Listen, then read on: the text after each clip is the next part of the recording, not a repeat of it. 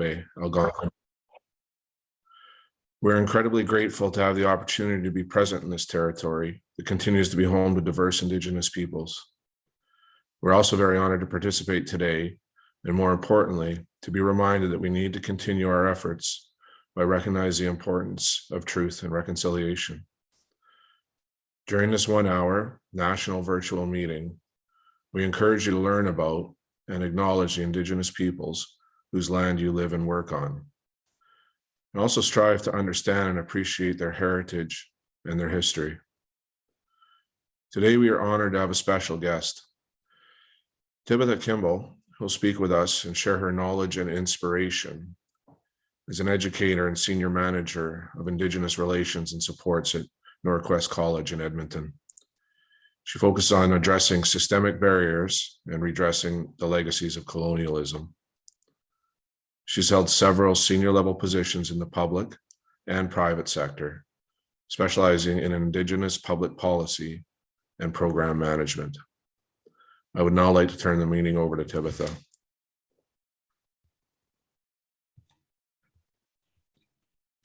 Thank you so much for that warm introduction, Jason. And well, good morning to whoever's on the West Coast and good afternoon to everybody on the East Coast. Just going to take a moment here to share my screen with you.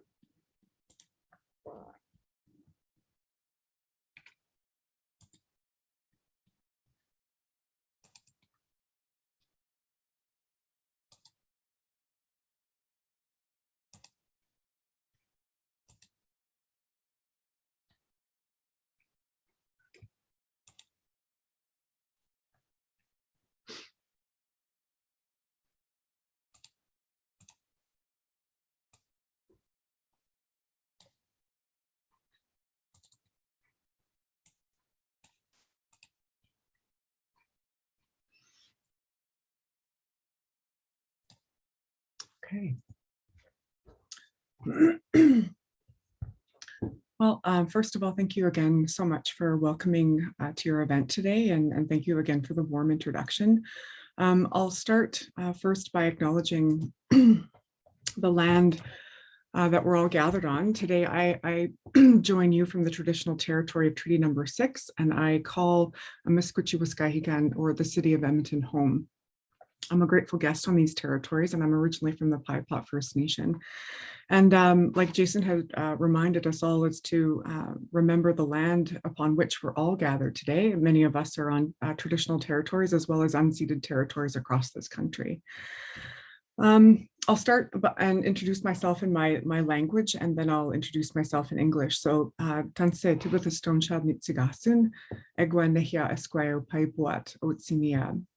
So my name is Tibetha Kemble. I'm originally from the Pipeline First Nation, which is located in the traditional territory of Treaty Number 4. I'm currently the Senior Manager of Indigenous Relations and Supports at Northwest College. And prior to joining the college, I was the Director of Indigenous Health with the Faculty of Medicine and Dentistry at the University of Alberta. And prior to moving to post-secondary, I spent about 15 years with the federal and provincial public service in the areas of field services, social data, education, and child welfare. I jokingly, not jokingly, refer to myself as a recovering public servant because there is some measure of moral injury that comes from working for systems designed to manage modern day colonialism. However, I'm forever grateful for the opportunity to work alongside my people and my communities. I'm also a PhD candidate at the University of Alberta, and I'm about a day away from submitting my dissertation, which looks at the impacts of material deprivation in Indigenous early childhood. This journey has been long, about 18 or 19 years long, and I started back in 2002 with little more than a grade 9 education. In any event, I bring forward with me today the lessons, teachings, observations, experiences, and expertise that have been gifted to me over the last 20 years of my personal and professional life. I am so pleased to be joining you today, and thank you for the time you've allocated to our journey here together today. So I'm always reminded of the words of the late, great Richard Wagamese, who said that we are story. It's all that we come here with, and it's all that we leave behind. And so I'm always cognizant to remember that my journey is my story. And I am a mother, I'm a wife, I'm a daughter, I'm a sister, I'm a colleague, And all of those inform who I am and what I'm going to share with you today. So I'm very pleased to share my story. A bit of an overview of our time here together. We're going to spend quite a bit of time understanding the legacy as well as the ongoing impacts of colonization, as well as the residential school system. And then we'll close with a few comments. I do have to always start these sessions with a content warning and advise those who, participants are encouraged to prepare themselves emotionally before proceeding with this content. And if you think that you might be traumatized or triggered by this, then you may wish to forego it at this point. I should also make clear that we have such a short period of time together today. And so I apologize in advance for the speed at which we'll have to go through this together. I will spend quite a bit of time at the back end about talking about what we can do together and spend as much time as I possibly can within the time frame that we have here together, talking about the legacy as well as the ongoing impacts of colonization in the 5 legacy areas. But I beg your forgiveness, but I also, really thank you for your time and for your attention here today.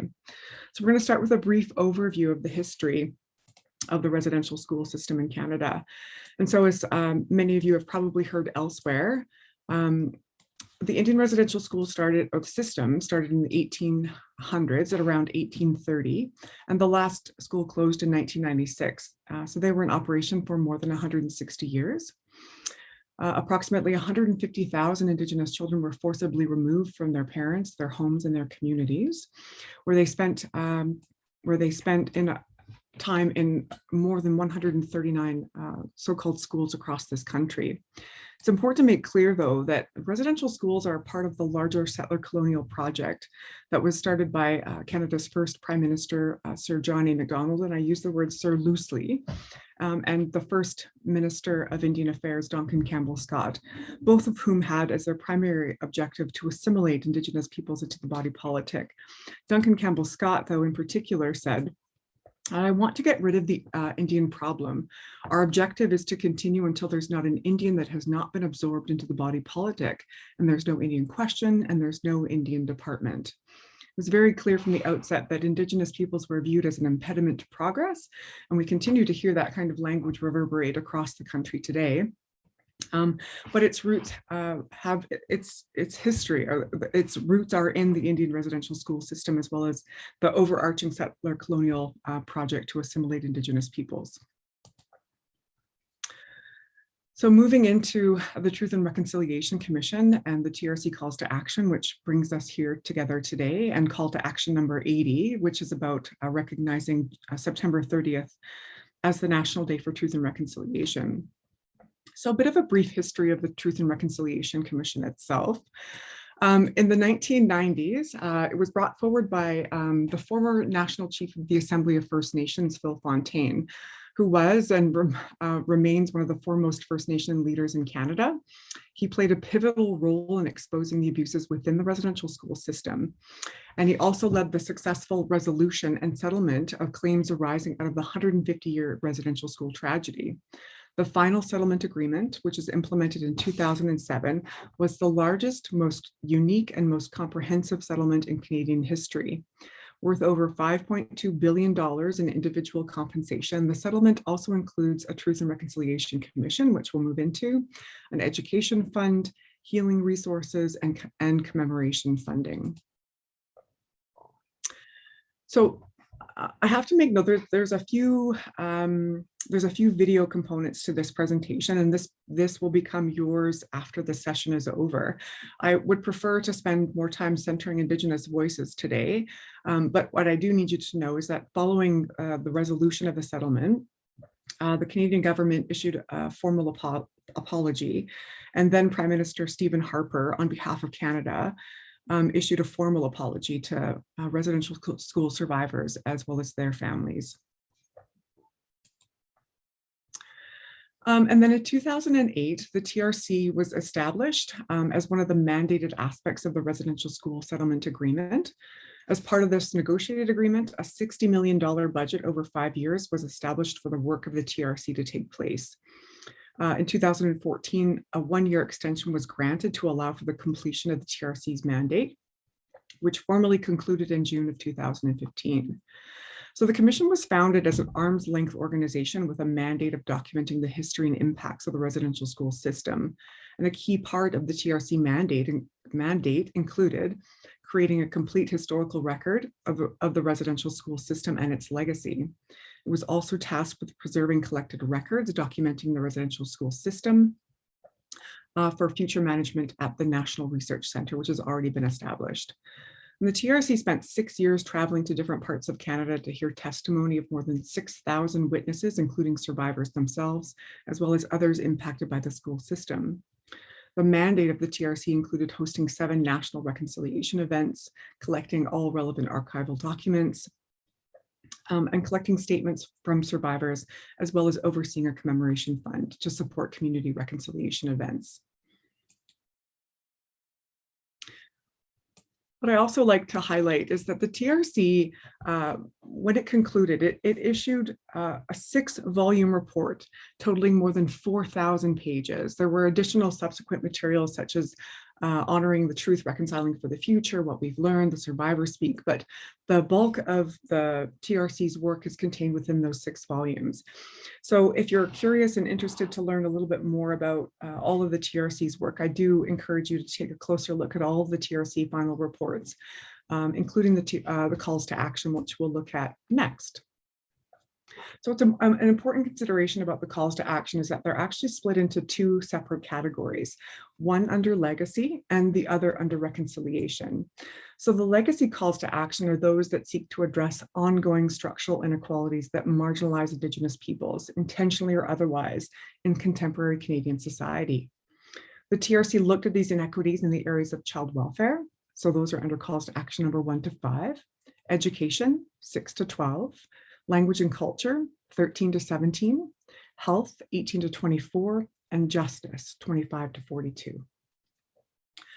Reconciliation calls to action, or 43 to 94, deal with 17 subcategories of measures that are meant to advance the inclusion of Indigenous peoples in various sectors of society, to educate Canadians at large about Indigenous peoples, residential schools, and reconciliation, and to establish practices, policies, and actions that affirm Indigenous rights.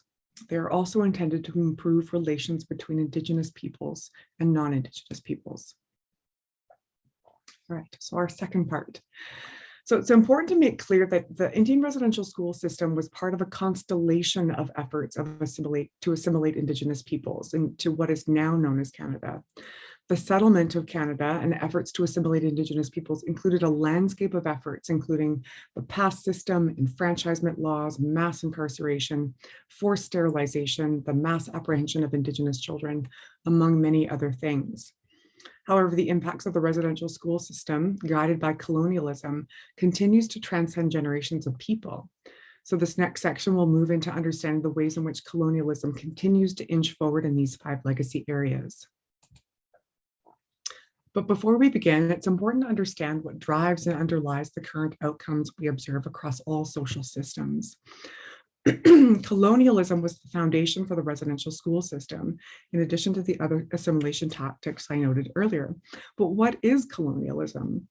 So colonialism is defined as a policy or a set of policies and practices where a political power from one territory exerts control in a different territory. It involves unequal power relations, but in short, colonialism is a practice of domination, which involves the subjugation of one people to another. Here in Canada, colonialism is the guiding force that has manipulated the historic, political, social, and economic context shaping Indigenous state and non-Indigenous relations, and gives rise to the massive anti-Indigenous racism we see today. Why is this important? Well, it helps to contextualize Indigenous social and economic location, which is often assumed, and you will often hear some people say, that it's situated at the individual as opposed to the systemic level. So things like, if only they would, or why can't they get a job? Why can't they go to school? If they only tried harder. And statements like this pay little regard to the ways in which colonization, acting as a distal determinant, has underpinned the dispossession and dislocation of Indigenous peoples as the undeserving. It underscores current attitudes about Indigenous peoples and the depth of anti-Indigenous racism here in Canada. And when we fail to situate the current social and economic outcomes experienced by Indigenous peoples in this way, we dehumanize. It becomes easier then to legitimize stereotypes, anti-Indigenous racism, and the generalized and disastrously poor treatment of Indigenous peoples as something we do as normal. But in fact, we're human. We're not the stereotypes and we're not the tired tropes so often named across society. We are successful, strong, capable humans who are contending with the legacies of colonialism. So the next section will explore the impacts of colonization and we'll unpack together how it's carried forward in each of those legacy areas. So outcomes, let's first begin with child welfare. So this is what Indigenous child welfare looks like today in Canada. It's estimated that there are more Indigenous children in care today than there were at the height of the residential school era. As you can see, the highest proportion of Indigenous children in care takes place in the provinces and territories where Indigenous peoples represents the highest proportion of the population. In Manitoba, for instance, approximately 87% of all children in care are Indigenous. And a few years ago, the number of Indigenous children who were apprehended by provincial government authorities was so high that the Minister of Health deemed it a humanitarian crisis. Despite this, the apprehension of Indigenous children continues to take place today, even though there's legislation in place to try and prevent it. But these disastrous outcomes didn't happen overnight, and they didn't happen by accident. And despite the prevailing tropes and stereotypes about Indigenous parents, there's a painful legacy here that shapes the current outcomes we see in Indigenous child welfare today. So how did we get here? Well, as you know, and as I previously explored, residential schools were based on this idea and this assumption that Indigenous peoples were inherently inferior, which is at its core a racist attitude about Indigenous peoples. But the government of the day considered, and perhaps the government of today, considers Indigenous parents to be, quote, unfit to care for their own children, ironically. But what's interesting about the devolution or the transition from residential schools in the 1800s towards the 1930s, 1940s, and 1950s, they stopped being residential schools and transitioned into child welfare facilities. And by the 1960s, 50% of children in these facilities were there for, quote, child welfare reasons. And why is this? Well, the government of Canada, who worked in partnership with provincial systems, judged Indigenous children to be from, quote, unfit homes. And Indigenous parents were seen as, quote, neglectful. But again, these interpretations of Indigenous parents pivot around a normative understanding of what is an acceptable parenting. And it viewed Indigenous parents and communities through a non-Indigenous lens and pivoted around a normative Eurocentric understanding. So through that lens, Indigenous peoples and parents were deemed as inferior. So the 60 scoop refers to a particular phase of a larger history of child welfare in this country, and not necessarily to an explicit government policy. The term 60 scoop was coined by non-Indigenous researcher Patrick Johnson, who is the author of the 1983 report, Native Children and the Child Welfare System. Although the practice of removing Indigenous children from their families and into state care existed before then, with the residential schools, for example, the drastic overrepresentation of Indigenous children in child welfare accelerated shortly after schools started to close. During this period, child welfare authorities removed thousands of Indigenous children from their homes, families, and communities and placed them for adoption with non-Indigenous households, really with little regard to the consequences of the impacts of removing connections to community, identity, and culture. This over-apprehension and over-representation continues today through what is known as the millennial scoop. And the millennial scoop refers to the period between the 1980s and 1990s to today, an ongoing mass apprehension of Indigenous children. But how and why has this persisted? It's important to understand the ways in which neglect, which I've talked about even just in the last few slides, continues to be weaponized in policy. So the First Nations component of the 2008 Canadian Incident Study of reported abuse and neglect confirmed that Indigenous children were significantly overrepresented as subjects of maltreatment investigations. For every 1,000 Indigenous children, there were 140 maltreatment investigations compared to 33 for non-Indigenous, or 4 times the rate. Substantiated cases of maltreatment were observed the highest among First Nations children. However, they were the most extreme among investigations of neglect. So how is neglect defined? Well, this is from the Child Welfare Policy Manual in Alberta, and similar definitions as well as similar policies exist across every province and territory in this country. And this policy defines the various ways in which a child can be deemed, quote, neglected. In Alberta, neglect is understood as a parent who is unwilling or unable. And I want to stop there for a moment and just help us think through the difference, the massive difference between being unable and being unwilling. One is structural and one is a choice. But holding that constant, this policy describes the standards of care that are established by child welfare authorities here in Alberta. What's important to remember, however, is that for persons who have had to contend with centuries of material deprivation and who have had to contend with the lasting effects of the residential school system, the capacity to meet these standards of care are deeply inequitable and place Indigenous parents on the losing edge. And I want to spend just a little bit of time here, maybe 1 minute here, thinking through what this policy means and how it advances oppression as well as colonization. And I think back to an elder that I worked with when I was at the Faculty of Medicine and Dentistry, who attended residential schools. And his only experience with a dentist was when he was lined up against a wall with other students, and a dentist came along with a pair of pliers and started pulling out teeth without any pain medication.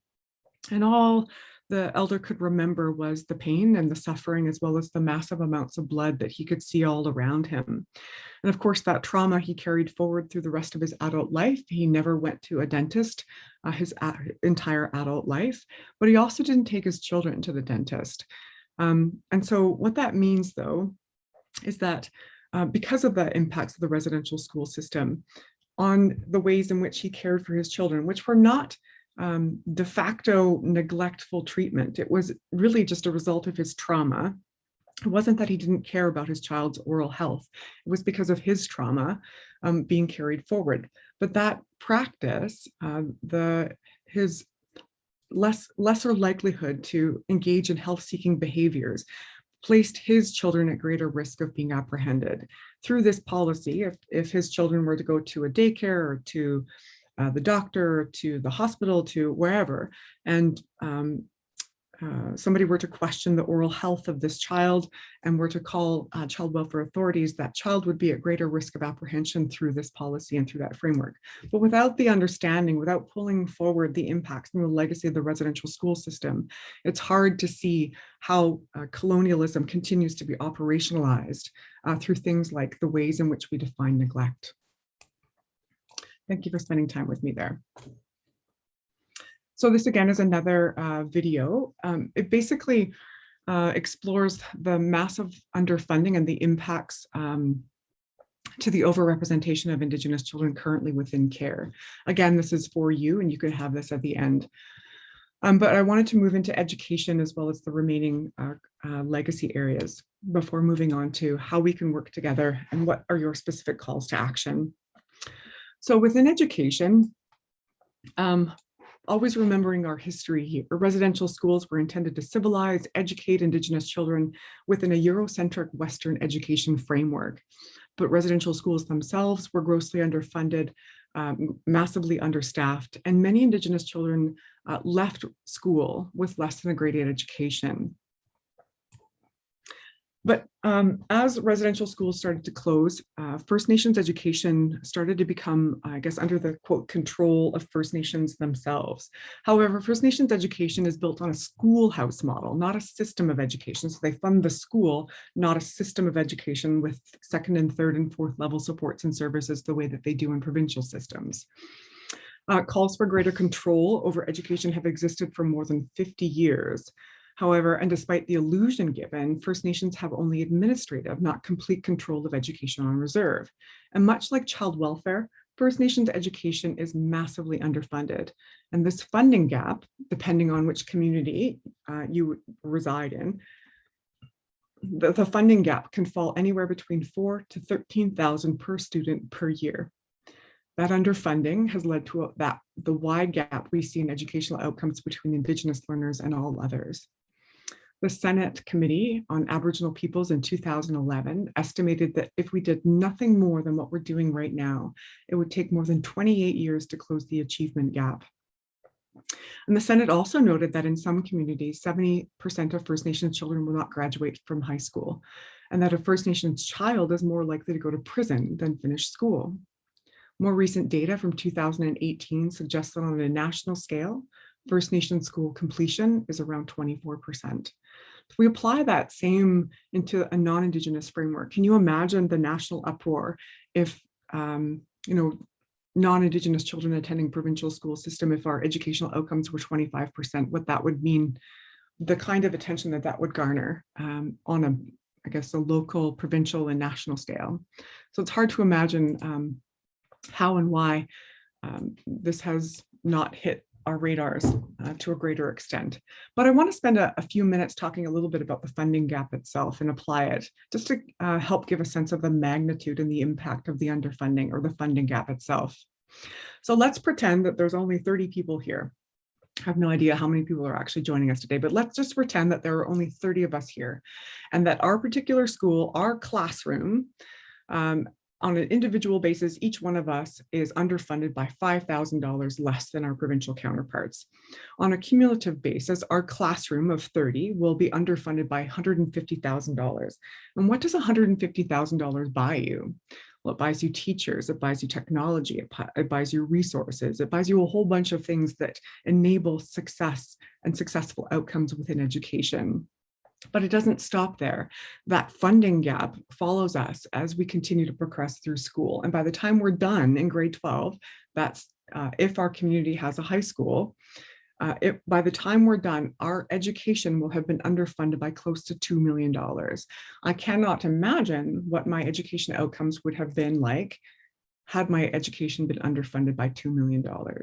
And this is just one classroom. If we can imagine this in a First Nation school that offers K-9 or K-10 education, the cumulative impacts on a community level, and then apply that to a national level. And you'll get a sense of the how and the why behind why we see such massive gaps in outcomes. Attawapiskat is an excellent example of this. And again, this is a wonderful resource for you to look into. But is a key example of the ways in which the underfunding affects educational outcomes for First Nation students. And for Attawapiskat in particular, which has faced not only issues with its school itself. I'm not sure if you know Charlie Angus, but he wrote a book called Children of the Broken Treaty about schooling in Attawapiskat, where their old school was actually on an old dumping ground for diesel. And children had to attend this school with diesel fuel fumes kind of all around them all the time. Many children got sick. A lot of them stopped attending school. And the Federal Department of Indian Affairs did nothing about the conditions in Attawapiskat. But I welcome you to learn a little bit more about the educational outcomes within Attawapiskat itself. So what are we looking at in terms of outcome? Well, high school completion, it's estimated that 70% of First Nation students will not graduate from high school.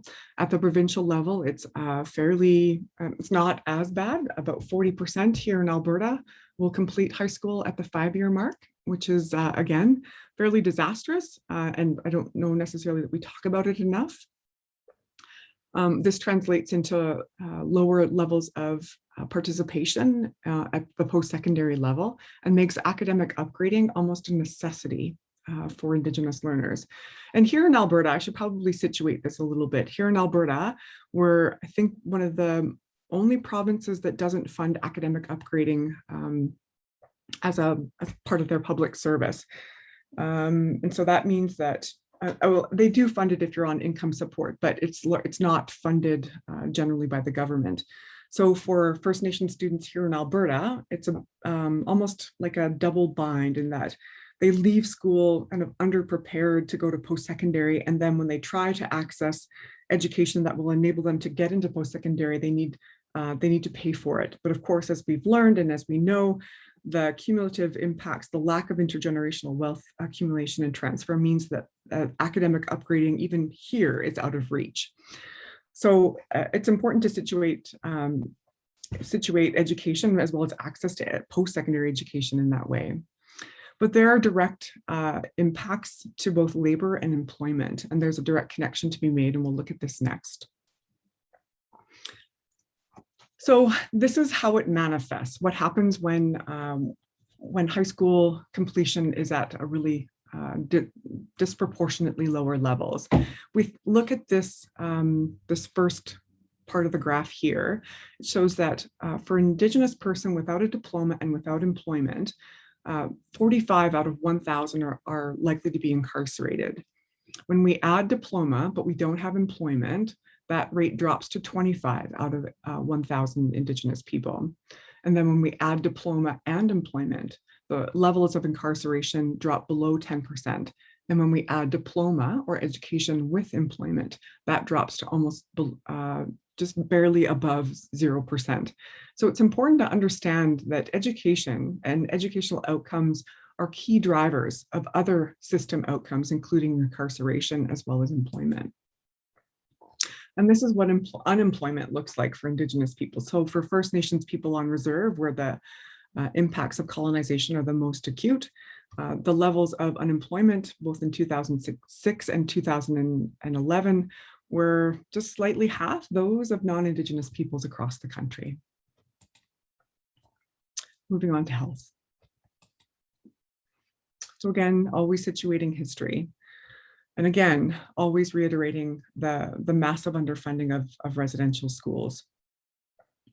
But this contributed to mass levels of neglect, the known levels of physical and sexual abuse, the isolation, suicide, starvation, and medical experimentation of Indigenous peoples while in residential school.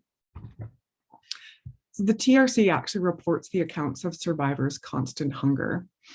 Residential schools were also sites of documented and undocumented medical experimentation. And Mosby and Galloway, both non-Indigenous researchers in 2007, issued an academic paper called "Hunger Was Never Absent." And they noted that the undernutrition of Indigenous students at the schools resulted in height stunting and generations of Indigenous peoples whose physiologies were pre-programmed by hunger. And I want to spend a little bit of time here because I want to talk about the impacts of height stunting and undernutrition. So Mosby and Galloway reported that the physiologies of height-stunted children prioritize fat over lean mass deposition, resulting in lower fat-free mass and a tendency towards greater fat mass accumulation when nutritional resources become available. So in sum, the overall effect is an increased tendency towards obesity. Height-stunted youth demonstrate greater insulin sensitivity and lower insulin levels, making them prone to developing type 2 diabetes. Stunting arising from prolonged undernutrition also alters thyroid function, lowering the basal metabolic rate in stunted individuals.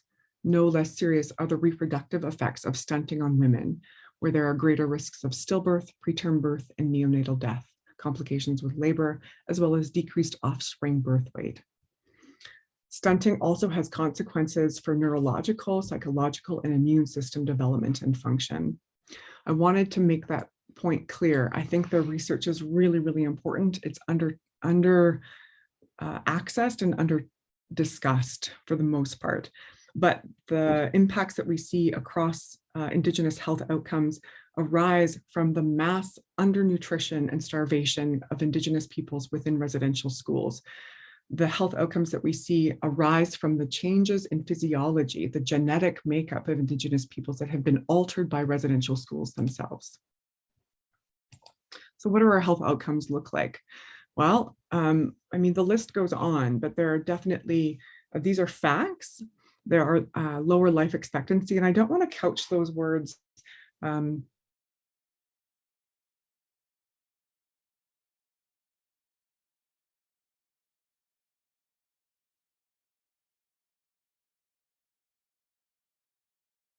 First Nations man, if only because he's First Nations. But there's also higher levels of infant mortality. Did I lose you? Hopefully I'm still here. Higher levels of infant mortality, injury mortality, higher suicidality. Oh, I'm sorry, hopefully I'm not losing you. Higher suicidality, higher rates of mental health and mental illness, higher prevalence of arthritis, asthma, obesity, diabetes, poor oral health, which is directly linked to heart disease. And what's interesting is that tuberculosis, which is generally assumed to be a disease of our past, is still going strong within Indigenous communities, arising largely from poor housing conditions, which are 7.5 times lower than the rest of the country, as well as disproportionately high levels of food insecurity. The list goes on and on and on.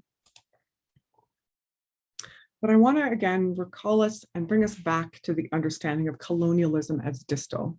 So the gaps that we've talked about so far in terms of education, post-secondary access and completion, early childhood, both access to early childhood as well as trauma, the trauma that Indigenous children are subjected to because of the manufactured conditions of crisis that we see in community, unemployment, the income gap, housing insecurity, as well as overcrowding, poverty, social and material deprivation. All of these, coupled with the intergenerational, the scaffolding of residential school impacts over time, these create and sustain massive gaps in health outcomes. And why does this matter? Well, it matters because it undermines human and Indigenous rights on a massive scale, as well as the quality and the right to life.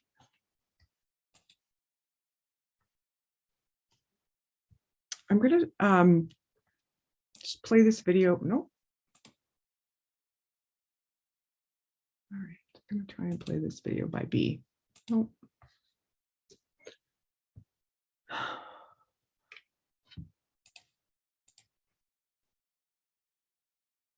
I can't shower. We can't use it for cooking, bathing, a lot of stuff. We can't use it.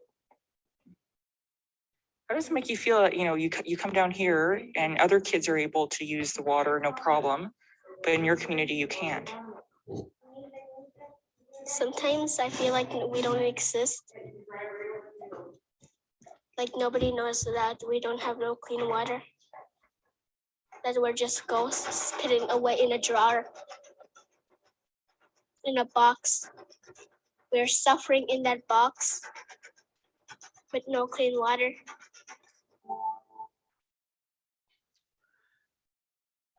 So that's B. Munias. B is from the Attawapiskat First Nation, or no, I'm sorry, not from that First Nation. B is 9 years old. And B is talking about the lack of access to clean drinking water.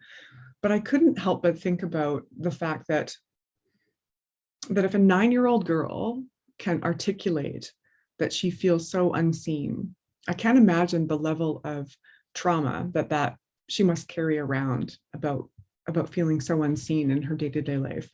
But the ways in which we can apply what B is telling us to communities as a whole, but then to the Indigenous community across the country, about how all of these known inequities that we see across all social systems make us feel and as though we are kind of ghosts that were hidden away. I wanted to honor B and B's words because she's, I think it's important to share what B was telling us. So I give you B's incredible insights. So we'll move on to justice and then language and culture before talking a little bit about how we can move forward. So thinking about the history of residential schools, these so-called schools, according to the TRC, as well as those who have testified, were very much resembled prisons. Children were often treated as if they were offenders, requiring, quote, rehabilitation. And many former students described the feeling as though they were inmates. The RCMP, as well as local and regional police, were responsible for bringing children to residential schools and or for returning them in the event that Indigenous children tried to run away. Parents were jailed or threatened with jail time if they tried to stop children from attending or from hiding their children. And I took this from the TRC report. I think it's one of the very last one, and I'm going to spend some time talking about it here. But this talks a little bit about the harsh punishment. So students, there were a few students stole $53 from a locked drawer in a cabinet in the office of the Mother Superior. Several boys were questioned and then they were punished. They were thrashed on their bare backs with a 7-thong strap that was specially made by the school carpenter. After a few days of investigations, 11 more boys were thrashed and had their hair clipped. Most were put on a bread and water diet for 2 days. A local RCMP officer was present for the initial round of punishment and said he did not see any blood. The story was reported in papers, it drew attention from parents, and a judge was called in to conduct an inquiry. He held 2 days of hearings in 1934, and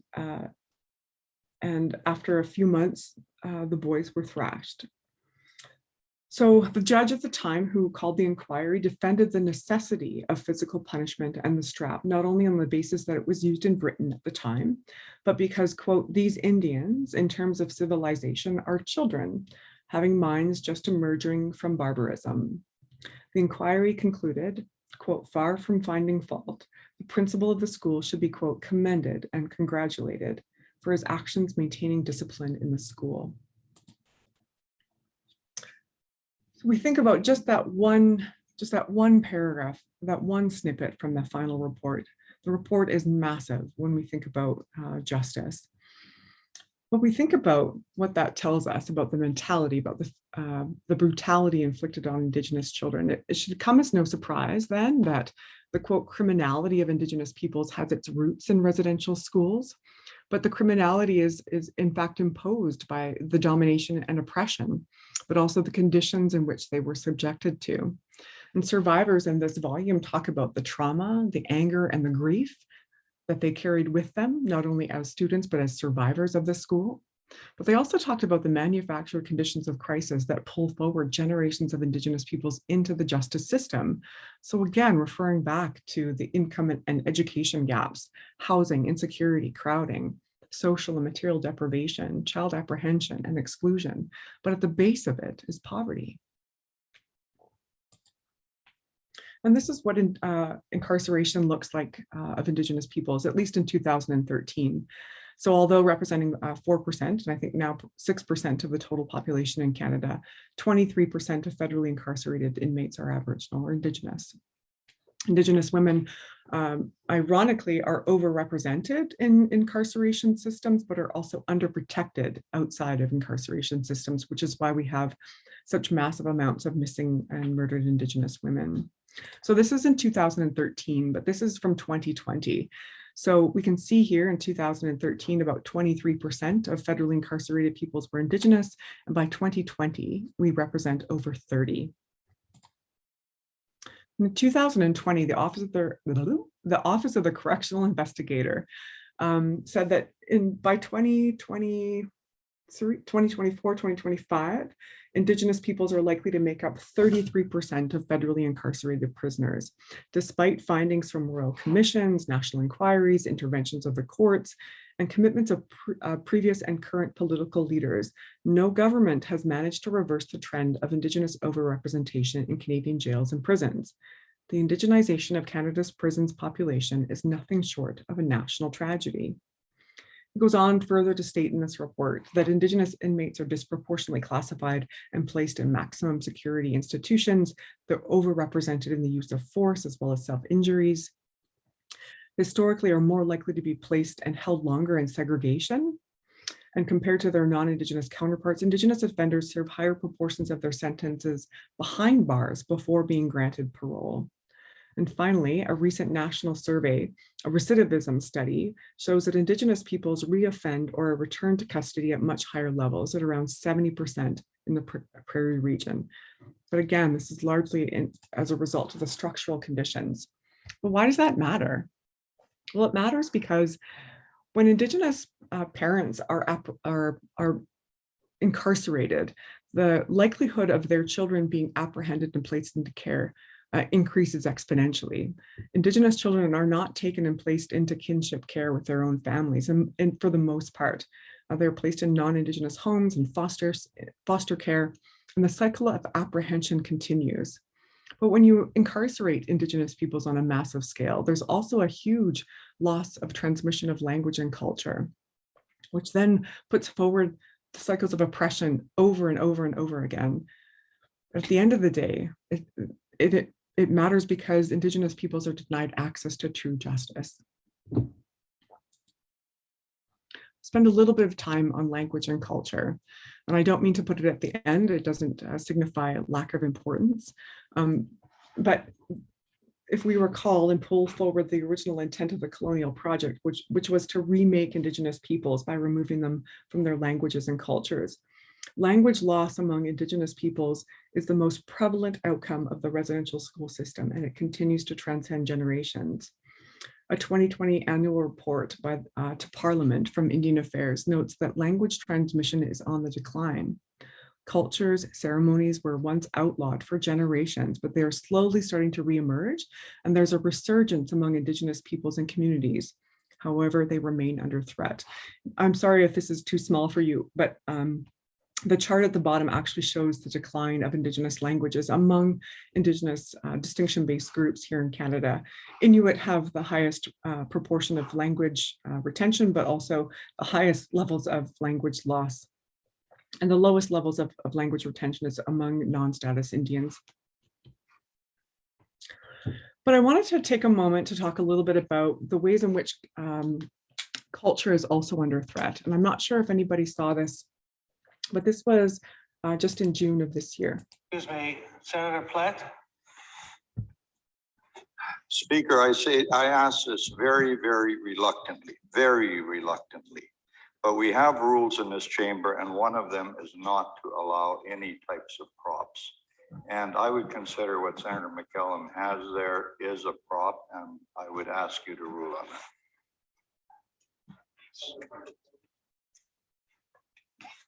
Senator Dalton. Thank you. I was not expecting such a point of order, Mr. Speaker, but I must say our colleague is having feathers in her hands. That's not a prop. That's not an advertisement. That's not a sign of anything except her own cultures and her own identity. We have colleagues that wear a turban on the head. We have colleagues that may be dressed in a certain way that it belongs to their culture and tradition. So I certainly don't think it's a point of order, sir.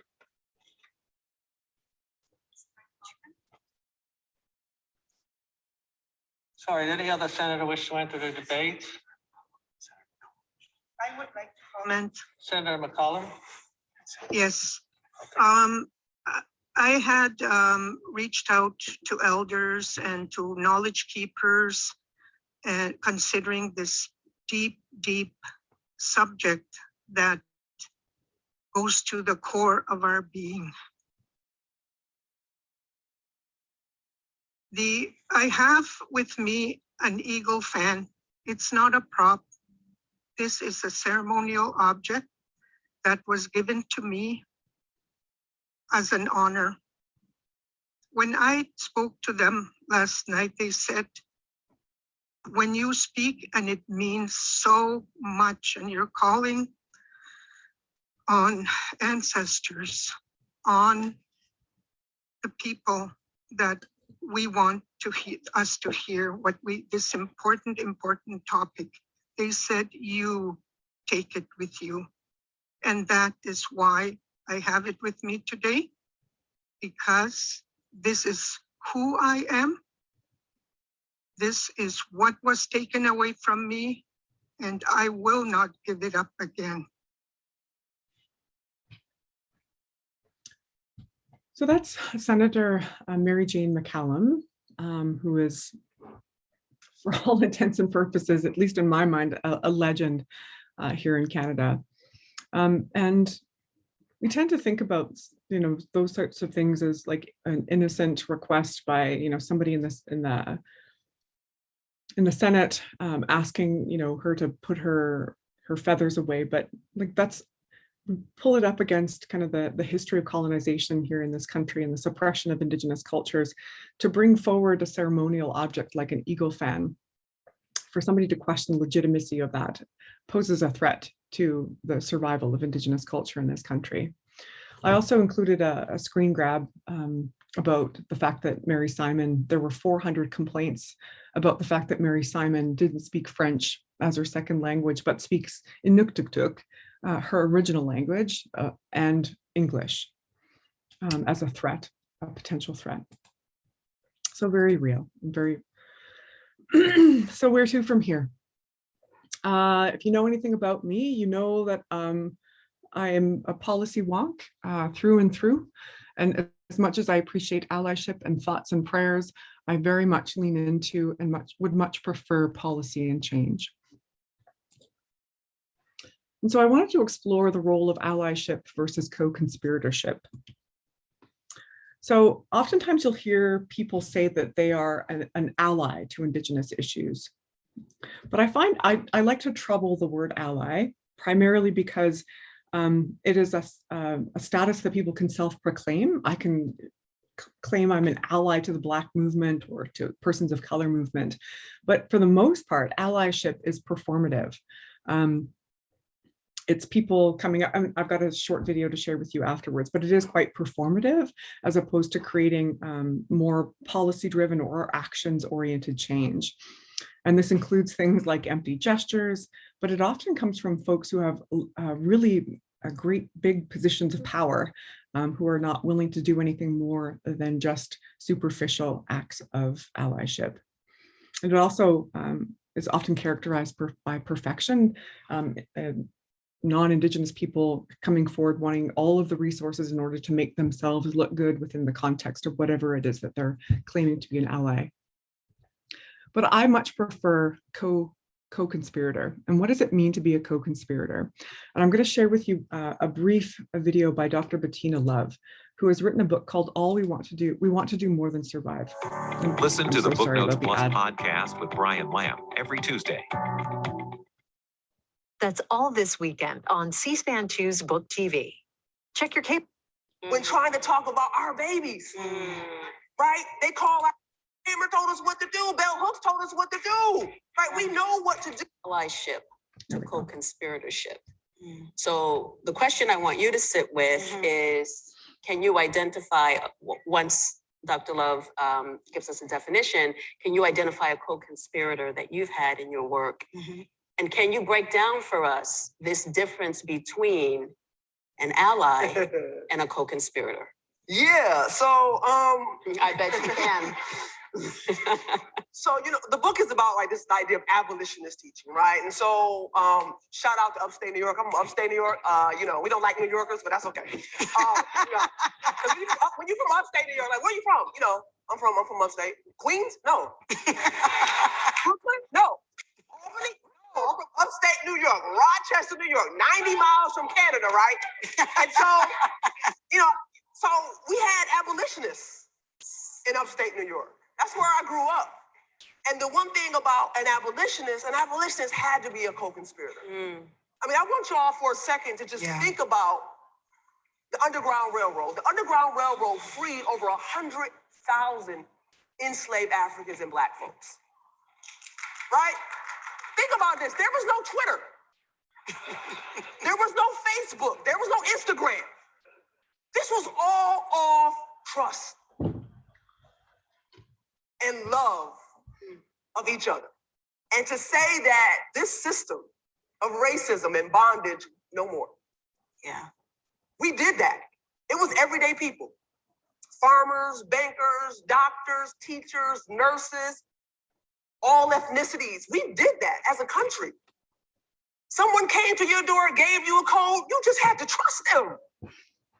And so I wanted to bring that back. What would it mean for us in 2019 to think about what it would mean to be an abolitionist and to be a co-conspirator? And in the book, I use James Tyson. Now, many people are not familiar with who James Tyson is. You know Bree Newsom. Bree Newsom was the young Black woman who took that Confederate flag down in South Carolina 8 days after Dylann Roof went into the AME church. And I tell the story in the book because I think it's an important story because Bree Newsom and James Tyson did not know each other. There were some folks who got together and said, that flag is coming down. They said, and a Black woman's gonna take it down. They taught Bree how to climb. They had Bree's bail money ready. And that morning, Bree Newsom and James Tyson were at an IHOP. They got the word, come take the flag down. Bree Newsom climbs up on the pole to take the flag down. Now, this is where the difference between an ally and a co-conspirator is. James Tyson, now there's a gate for the flagpole. James Tyson isn't standing like outside the gate. Okay, like Bree, they coming, Bree. Like Bree. No, James Tyson, he is inside. And then the police say, you know what? We can get her down. Tase the pole. James Tyson, because he wasn't here, he was here, said, okay, put his hand on the pole. That white man at that moment understood why he was there. He put his hand on the pole, and he knew that the police would not tase that pole with a white man, healthy white man, right there. He said. So I encourage you to watch the rest of that, but that's a really important distinction between allyship and co-conspirator. And when I do this sort of work, both at work and in my personal life, I ask for people to find their putting your hand on the pole moment. I only have a few minutes with you left, but I wanted to offer up that definition. Here's your specific call to action. Call to action number 92 calls on businesses and reconciliation. Talk a little bit about ensuring that Aboriginal people or Indigenous people have equitable access to jobs, training and education opportunities in the corporate sector, and that Indigenous communities have access to long-term and to sustainable benefits. It also talks about education for non-Indigenous peoples to help improve equity and access. So your specific call to action is to examine equity, not equality. What is fair in the context of 150 years of colonization? What is just in the face of 150 years of colonization? What does it mean to positively discriminate in the face of a constant wave of people pushing back, saying that nobody deserves anything more than anyone else, even though there's centuries of mistreatment and centuries of dispossession? We need to think through the lens of substantive equality. What does it mean to give more, not the same, to those who have been historically excluded and marginalized? There's also a call to action around accountability. What are you going to ask of your employer partners who engage with you? What about purposeful hiring and recruitment of Indigenous peoples? What about setting outcomes and targets, holding yourselves accountable to ensuring that Indigenous peoples are no longer underrepresented within your profession? There's a call for education for reconciliation. How are you going to address these gaps? What is going to happen and who is going to do it? And then a personal call to action to move from allyship to co-resistance, to find your flagpole moment, to name it and to change it. And although we have spent the majority of our time here together talking about the negative and the legacy lasting impacts, I need to share with you the tremendous joy and strength that is in our communities today. We thrive, we have persisted despite centuries of colonization, and we are here. And we are looking for co-resistance, and we're looking for justice. So thank you so much for your time today. Kidanaskmatan.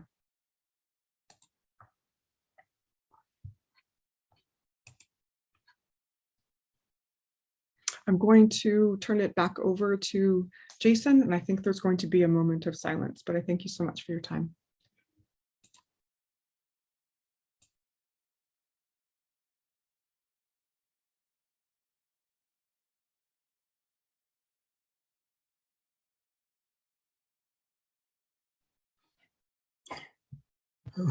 So on behalf of United Brotherhood of Partners and Joiners, most especially on behalf of myself, and I think everybody who joined us today and will continue to reflect, we want to thank you for your time, your generosity, your knowledge, and willingness to share on behalf of the UBC and Indigenous peoples. So thank you so much for that.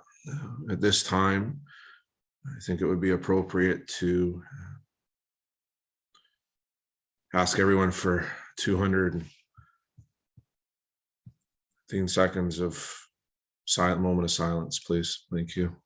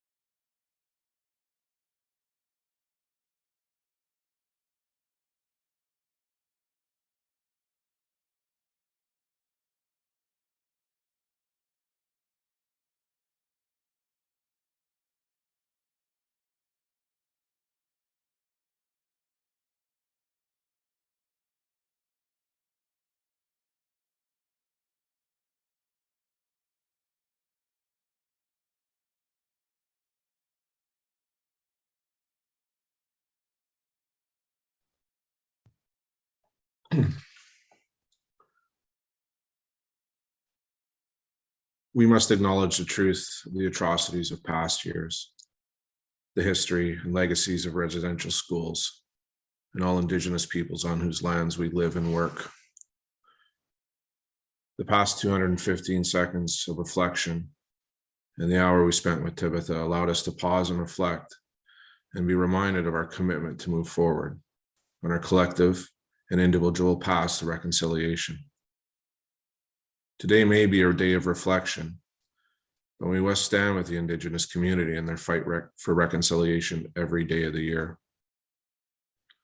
But thank you for your time here. Thank you for spending it with us, Tibetha. It's greatly appreciated and certainly enlightening.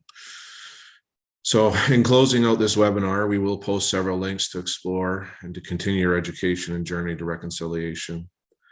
And again, thank you to everyone who joined us.